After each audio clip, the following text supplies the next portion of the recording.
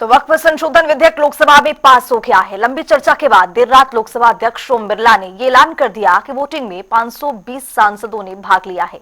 Bill के पक्ष में 288 वोट पड़े तो जबकि विरोध में 232 वोट पड़े। अब वक्फ संशोधन बिल को आज राज्यसभा में भी भेजा जाएगा। बीजेपी की सहयोगी पार्टियों ने इस विधेयक का खुलकर समर्थन कर दिया तो वहीं विपक्ष ने बिल का विरोध भी किया है। केंद्रीय मंत्री किरण रिजिजू ने कहा कि अल्पसंख्यकों के लिए भारत से ज्यादा सुरक्षित दुनिया में कोई जगह नहीं है और वे सुरक्षित हैं क्योंकि बहुसंख्यक पूरी तरह से धर्मनिरपेक्ष हैं। वहीं चर्चा के दौरान एआईएमआईएम के सांसद असदुद्दीन ओवैसी ने बिल फाड़ दिया। उन्होंने कहा कि इस बिल का मकसद मुसलमानों को जलील करना है। वहीं बिल पर चर्चा के दौरान गृह मंत्री अमित शाह ने कहा कि वक्फ में गैर इस्लामिक नहीं आएगा, ऐसा कोई प्रोविजन भी नहीं है। वोट बैंक के लिए माइनॉरिटीज को डराया जा रहा है। माननीय सदस्यगण, शुद्धि के अद्यतन मत विभाजन का परिणाम इस प्रकार है। पक्ष में 288, विपक्ष में 232। प्रस्ताव स्वीकृत हुआ और विधेयक यथा संशोधित पारित हुआ।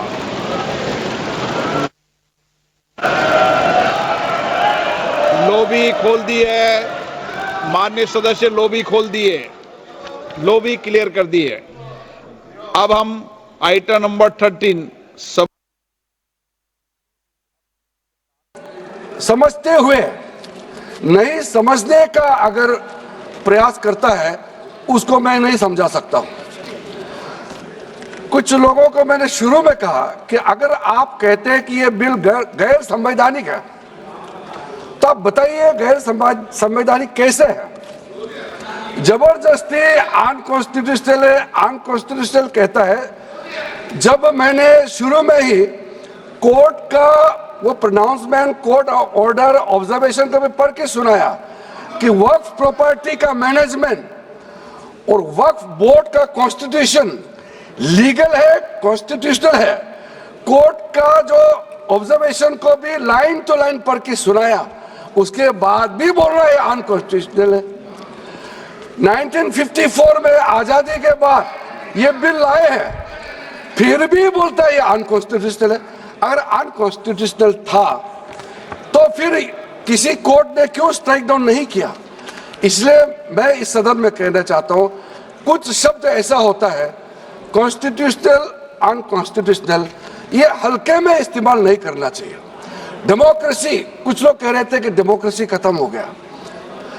इस तरह का जब हम शब्दों का इस्तेमाल करते हैं तो खुद भी सोचना चाहिए। हम लोग संसद सदस्य हैं, इस सदन का सदस्य होने के नाते जो शब्द हम लोग प्रयोग करते हैं उसके पीछे जो भाव है उसको समझना होगा।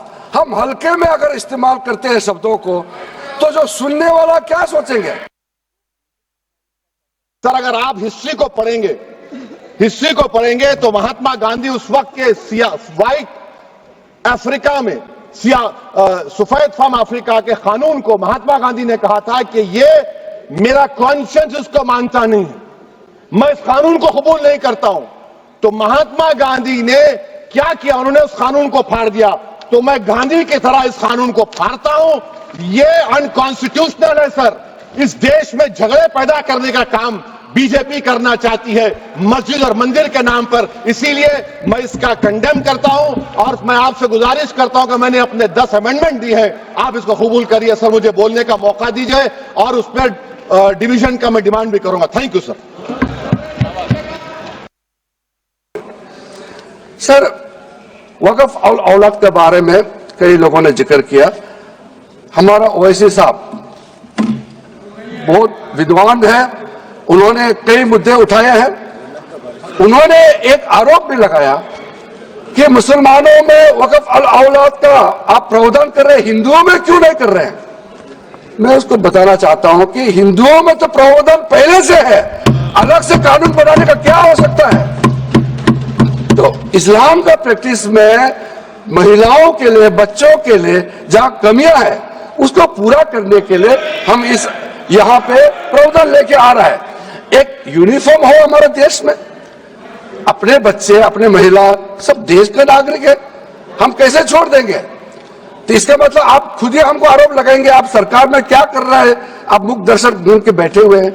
इसलिए मैं कहना चाहता हूं, चाहे विडो हो, डिवोर्स वुमेन हो, चाहे वो ऑर्फन्स अनाथ हो, उनका प्रावधान हमने किया है, जिसका एक्सप्लेनेशन मैंने पहले भी दिया है।